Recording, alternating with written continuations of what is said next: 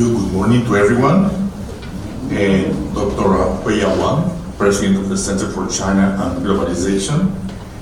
My friend Peruvian co-founder and Secretary General of the institution. Dear ambassadors and dear friends. Just like some minutes ago my colleague Jesus from Mexico said, the Pacific Alliance has remained stable despite presidential elections in all four countries in a region where power transitions often lead to changes in economic policy. Considering that many attempts to build regional blocs in Latin America, the presence and validity of the Pacific Alliance in its 10 years is already one of our main achievements thanks to our commitment to the principles of free trade, reaffirmed in the Lima Summit in June 2019. Our goals are pragmatic, and we all share a strong political will to advance them. The Pacific Alliance is not only a platform of commerce integration, it also develops common objectives and shares best practices in a number of areas with observers and other blocs. Now let's go straight to our achievements. In terms of trade and promotion, 92% of the products that are exchanged among the four countries are duty-free since 2016. We have created also a timetable for the elimination of the other 8% until 2030, and we have loosened the bloc's cumulative rules of origin. The integration of the Mexican stock exchange, which is the biggest in the alliance, into our integrating stock markets has set a limestone in the bloc's financial system. The establishment of a one-window system for foreign trade that have allowed exporters and importers to save costs and time since they can process their certificates of origin and phytosanitary electronically.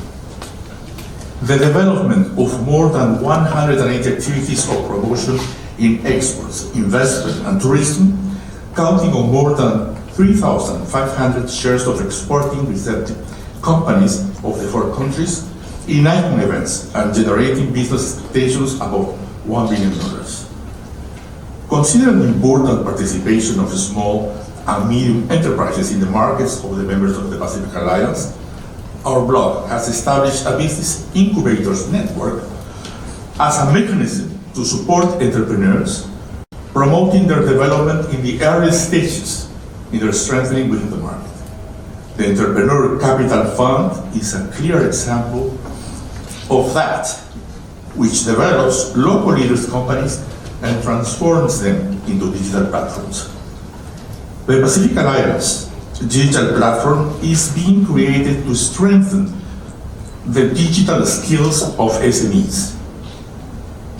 Regarding the movement of people, the Pacific Alliance has reached the elimination of tourist visas and short-term business visas between our four countries. Then, vacation and work agreements, consular cooperation, and facilitation of migratory transit. More than 3,000 beneficiaries thanks to the creation of the platform for student and academic mobility and its scholarship program, as well as the youth volunteer fund. The Pacific Alliance has been aware of the trends of technology and its use to improve the competitiveness of the bloc. Therefore, the four countries have created the Pacific Alliance Innovation Ecosystem, which facilitates the interaction with each country's own system in order to increase the individual and joint results of members in regards to business innovation and innovative entrepreneurship. Then, the Digital Agenda Group, which aims to promote scenarios of coordination and convergence among the four countries in order to improve the conditions and development of business in the digital economy. The Pacific Alliance is also concerned on climate change. There will be no future if the world keeps in blind economic consumption and does not turn into a circular economy. That is the main reason why our bloc has signed an agreement for sustainable development of plastics, focusing on developing and implementing new policies to promote the comprehensive management of plastics and reduce the presence of these reptilians in ecosystems. We have also established the Pacific Alliance Cooperation Fund to develop and finance projects and help the reactivation of our economies in these hard times of a global health crisis. We are also working on other roadmaps, gender equality and regional digital market. Finally, the Pacific Alliance and Singapore have concluded negotiations of the Pacific Alliance Singapore Free Trade Agreement, making Singapore the first associated states to the Pacific Alliance. We have further negotiations ongoing to be held with Australia, Canada, New Zealand, Korea, and Ecuador.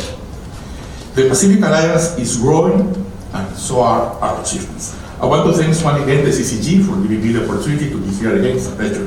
Thank you very much.